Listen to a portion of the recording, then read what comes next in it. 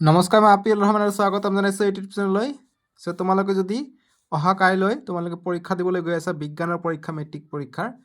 চ' বহুতে ফিজিক্স পাৰ্টটো ভয় খাই আছে, সেইকাৰণে আজি ফিজিক্স পাৰ্টটোৰ কি ইম্পৰ্টেণ্ট আছে তোমালোকক মই এইটো দেখাই দিম। ইম্পৰ্টেণ্ট মানে এইবিলাক তোমালোকে পেটাৰ্ণে এনেকুৱা টাইপৰ পেটাৰ্ণতে পাবা প্ৰশ্ন, ঠিক আছে। তোমালোকে ইতিমধ্যে বায়'লজি ছেকশ্যন আৰু কেমেষ্ট্ৰি ছেকশ্যনটো ধুনীয়াকৈ পাৰিছা, আৰু যি এনভাইৰনমেণ্ট আছে এনভাইৰনমেণ্টও ধুনীয়াকৈ পাৰিবা। মই লাগিলে বাকী যিখিনি বায়'লজি, কেমেষ্ট্ৰি, এনভাইৰনমেণ্ট আছে সেইখিনিও কৈ যাম, কিন্তু মেইনলি মই যি ফিজিক্স পাৰ্ট আছে চেপ্টাৰ 10ৰ পৰা আৰম্ভ হৈছে। চ' ফিজিক্স পাৰ্টৰ পৰা বহুতে ভয় খায় ষ্টুডেণ্টবিলাকে, ঠিক আছে, ইয়াৰ পৰা নোৱাৰে। চ' এইটো পাঠৰ পৰা কি হয়, তোমালোকৰ যিবিলাক কোনটো দাপোনে ক'ত প্ৰতিবিম্ব গঠন কৰে, ছেম টু ছেম যিকোনো এটা তালিকা থাকিব, 2 নম্বৰৰ ভিতৰতে হওক বা MCQৰ ভিতৰতে হওক, এনেকুৱা থাকিব, খালী ঠাই দিয়া থাকিব, ঠিক আছে। যিহেতু এইবাৰ আণ্ডাৰষ্টেণ্ডিং আৰু স্কিল বেছৰ ওপৰত থাকিব ফিজিক্সটো। চ' গতিকে এনেকৈ খালী ঠাই দিয়া থাকিব, যেনেকুৱা যদি পল আৰু ফকাছৰ মাজত যদি লক্ষ্যবস্তু থাকে, প্ৰতিবিম্বৰ স্থান দাপোনৰ পিছফালে হয়, বৰ্ধিত হয়, ইয়াত খালী ঠাই থাকিব। গতিকে প্ৰতিবিম্বৰ প্ৰকৃতি কি হ'ব, অসৎ আৰু থিয়। মনত ৰাখিবা, অসৎ আৰু থিয় কিন্তু এটাতে হয়, ঠিক আছে, যদি পল আৰু ফকাছৰ মাজত থাকে। সেইকাৰণে যিটো এক্সট্ৰা সেইটো ইম্পৰ্টেণ্ট হৈ যায়, আৰু খালী ঠাই থাকিব এইবিলাক প্ৰশ্ন। তাৰপিছত যদি তোমালোকে চাবলৈ যোৱা 165 পেজত যে কেতিয়া কেনেকুৱা হয়, যদি ধৰি লোৱা 10.6ৰ যিটো চিত্ৰ দিয়া আছে, যে এনেকুৱা চিত্ৰটো দিব যে এইটো কেনেকুৱা হয়, বা প্ৰশ্নটো এনেকৈ আহিব যে মুখ্য অক্ষৰ সাপেক্ষে হেলনীয়া পি অৰ্থাৎ দাপোনৰ মেৰু বিন্দুলৈ অহা ৰশ্মি অৱতল দাপোনৰ ক্ষেত্ৰত চিত্ৰ এইটোত, উত্তল দাপোনৰ ক্ষেত্ৰত এইটো হেলনীয়াকৈ প্ৰতিফলিত হ'ব। প্ৰতিফলিত ৰশ্মিয়ে আপতন বিন্দুত প্ৰতিফলনৰ সূত্ৰসমূহ মানি মুখ্য অক্ষৰ লগত সমান কোণ উৎপন্ন কৰিব, ঠিক আছে। গতিকে হয় কথাটো দিব, চিত্ৰ আঁকিব লাগিব, নহ'লে চিত্ৰটো দিব, কথাটো লিখিব লাগিব। বুজি পাইছানে? গতিকে ইয়াৰ যিটো পেজ নম্বৰ 165 আছে, ইয়াত 3টা চিত্ৰ, ইয়াৰ ভিতৰত 3টাই ইম্পৰ্টেণ্ট, ঠিক আছে। চিত্ৰ আহিব। নেক্সট মই কৰোঁ খালী ঠাইৰ কাৰণে এই টেবিলকেইটা খুবেই ইম্পৰ্টেণ্ট, ফিজিক্সৰ কাৰণে কৈ আছোঁ। বুজি পাইছানে?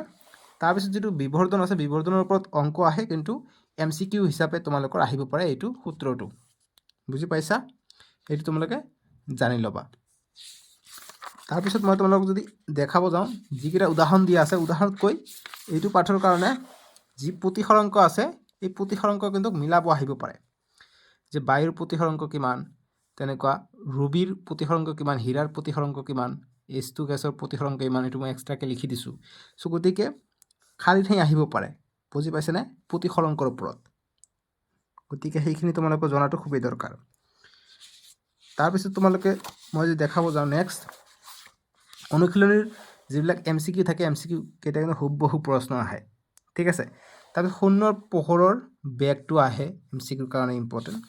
আৰু অংক তোমালোকৰ যি অনুশীলনীত অংক দিয়া থাকে, এইবিলাকৰ ভিতৰতে থাকিব, যেনেকুৱা 14, 15, 16, এই 3টা অংক খুবেই ইম্পৰ্টেণ্ট। ইয়াৰ পৰাই মান সলনি কৰি দি অংক আহে, ঠিক আছে। আৰু 17 নম্বৰটো যে ডাক্তৰে এজন মানে সংশোধনীমূলক লেন্স দিব, মানে এনেকুৱা ধৰণৰ 17 নম্বৰটো আহিব 2 নম্বৰৰ কাৰণে, কিন্তু ইয়াত অকণমান সলনি থাকিব পাৰে, প্লাছ মাইনাছ বেলেগ থাকিব পাৰে। চ' গতিকে এইটোৰ কৰিলে আমি নিশ্চয়কৈ সলিউশ্যন কৰিব পাৰোঁ। কেতিয়াবা দেখা পাইছোঁ, কিন্তু এইবাৰ আমি দেখা পাইছোঁ যে যিবিলাক টেষ্ট কাটিছে, টেষ্ট পেপাৰত এইটো হুবহু দিছে, ঠিক আছে। গতিকে টেষ্ট পেপাৰ বহুতো ক্ষেত্ৰত বিজ্ঞানটো ফ'ল' হ'ব, সেইকাৰণে এইটো হুবহু আহিব পাৰে, একো বানটো সলনি নকৰিবও পাৰে।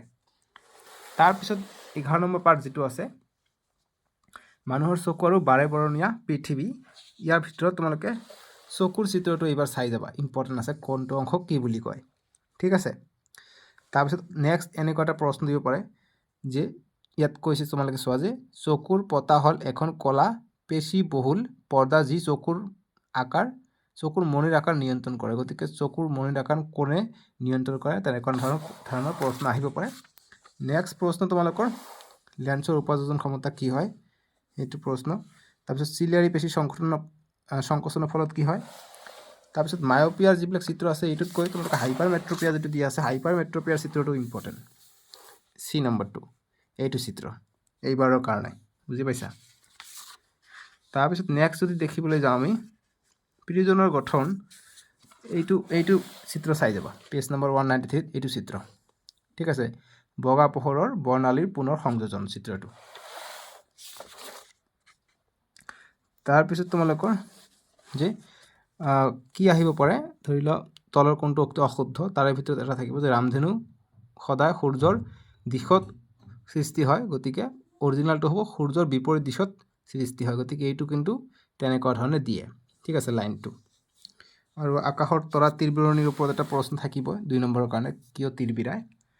তাৰপিছত টিণ্ডেল পৰিঘটনাৰ ওপৰত MCQ হওক 2 নম্বৰ প্ৰশ্ন হওক আহিবই, বস্তুটো জানি ল'বা, পাই যাবা আৰামত। বুজি পালা? নেক্সট আহি যায় আমাৰ এইটো বিদ্যুৎ পাতটো। বিদ্যুৎ পাতটো মই আগতে কৈ দিওঁ যে উদাহৰণ যিবিলাক দি আছে উদাহৰণবিলাক ট্ৰাই কৰিবা। এই উদাহৰণবিলাক যেতিয়া কৰিবা তোমালোকৰ বৈদিক জ্ঞানটো বাঢ়িব আৰু যেনেকুৱা ধৰণৰ প্ৰশ্ন থাকে তোমালোকে পাৰিবা। আৰু বিদ্যুৎ পাতটোৰ কাৰণে তোমালোকে যিখিনি ফৰ্মুলা দি আছে ফৰ্মুলাখিনি জনাটো খুবেই দৰকাৰ। বুজি পাইছা? ইয়াত তোমালোকে অপবাহ দ্ৰুতি পাবা, স্পীড ড্ৰিপ কি হয় সেইখিনি তোমালোকে চাবা, ইম্পৰ্টেণ্ট। তাৰপিছত চিত্ৰ কিন্তু মিলাব আহিব পাৰে MCQ যে কোনটো কিহৰ চিত্ৰ। যেনেকুৱা বৈদ্যুতিক কষৰ চিত্ৰ হৈছে এইটো, যেনেকুৱা চাবি অৰ্থাৎ ছুইচৰ চিত্ৰ হৈছে এইটো, এইটো ছুইচ অন আছে আৰু এইটো ছুইচ অফ আছে, মুক্ত মানে অফ, বন্ধ মানে অন আছে। ঠিক আছে, গতিকে প্ৰতিটো চিত্ৰ যেনেকৈ এইটো ভল্টমিটাৰ, প্ৰতিটো চিত্ৰৰ আমাৰ বিষয়ে নলেজ থকাটো দৰকাৰ, প্ৰশ্ন আহিব।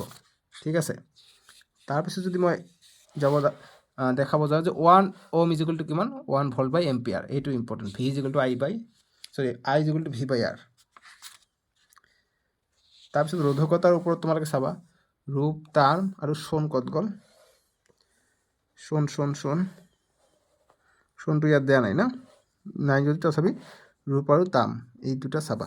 ৰূপৰটো ইম্পৰ্টেণ্ট, বিশেষকৈ ৰূপৰ বহুত দাম বাঢ়ি আছে সেইকাৰণে।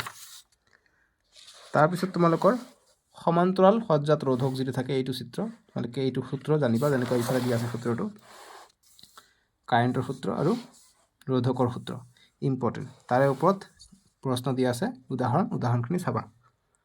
ঠিক আছে, তাৰপিছত তোমালোকে মই দেখাব যাওঁ, তোমালোকে এক্সাৰচাইজৰ লাষ্টৰ প্ৰশ্নখিনি যি ব্যাখ্যা কৰা আছে, ব্যাখ্যা কৰা হুবহু ইয়াৰ পৰা আহিব। ঠিক আছে, এই নম্বৰটো BCDE অলপ কেইটা অকণমান পঢ়িলে বুজি পাবা, চবকেইটা পঢ়িবা, ব্যাখ্যা কৰা ইয়াৰ পৰা ইম্পৰ্টেণ্ট আছে পৰীক্ষাত।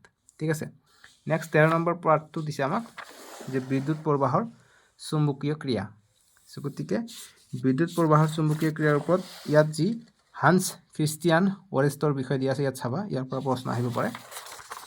তাৰপিছত বিদ্যুৎ চুম্বকৰ দিশটো চাবা, নৰ্থৰ পৰা আৰম্ভ হৈ চাউথত যায়, গতিকে সেইটো লৈ তোমালোকক বহুতো কনফিউজন কৰাব, সেইটো চাবা। যেনেকৈ বাওঁহাত সোঁহাতৰ ৰুল যিটো আছে মই দেখাব যাওঁ তোমালোকক, এইটো চাবা, সোঁহাতৰ বুঢ়া আঙুলিৰ নীতি, গতিকে এইটো ইম্পৰ্টেণ্ট, বুঢ়া আঙুলিৰ নীতিটো।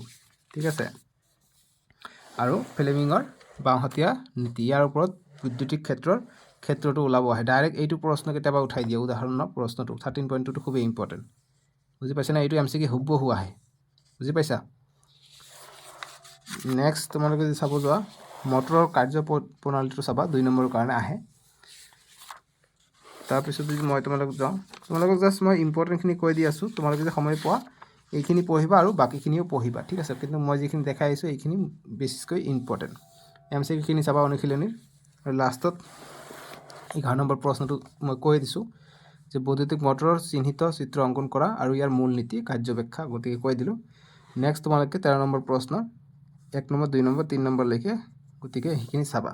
ঠিক আছে, নেক্সট আৰ্থিঙৰ ওপৰত ইম্পৰ্টেণ্ট হৈ যায়, ভূমি সংলগ্ন চাই ল'বা 18 নম্বৰটো। ঠিক আছে, আৰু শ্বৰ্ট চাৰ্কিট, হৰ্ষবৰ্ধনী এইবাৰৰ কাৰণে ক'ব নোৱাৰি, চান্স ল'ব নোৱাৰি, এইটোও চাবা 17 নম্বৰ।